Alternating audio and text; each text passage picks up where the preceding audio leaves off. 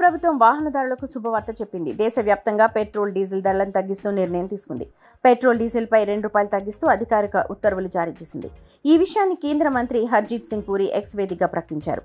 తగ్గించిన ధరలు శుక్రవారం ఉదయం 6 గంటల నుంచి అమల్లోకి వచ్చాయని కేంద్ర మంత్రి తెలిపారు. దేశంలో పెట్రోల్, డీజిల్ ధరలను తగ్గించేందుకు కేంద్ర ప్రభుత్వం మొదటి నుంచి చేపడుతున్న చర్యలను వివరిస్తూ సుదీర్ఘంగా పోస్ట్ చేశారు. కేంద్ర మంత్రి ట్వీట్ చేస్తూ, కష్టకాలంలో ప్రపంచ దేశాలు చమురు ధరలను 50 నుంచి 72% పెంచాయని, భారతదేశంలో మాత్రం ధరలు పెరగకపోగా ఈ 2 ఏళ్లలో 4.65% తగ్గాయని తెలిపారు. గతంలో భారతీయ అవసరాల కోసం చమురును కేవలం 27 దేశాల నుంచే కొనుగోలు చేసేవాళ్లమని, కానీ నరేంద్ర మోదీ ప్రధాని అయిన తర్వాత ఈ పరిధిని విస్తరించి 39 దేశాల నుంచి చమురును కొనుగోలు చేస్తున్నామని తెలిపారు.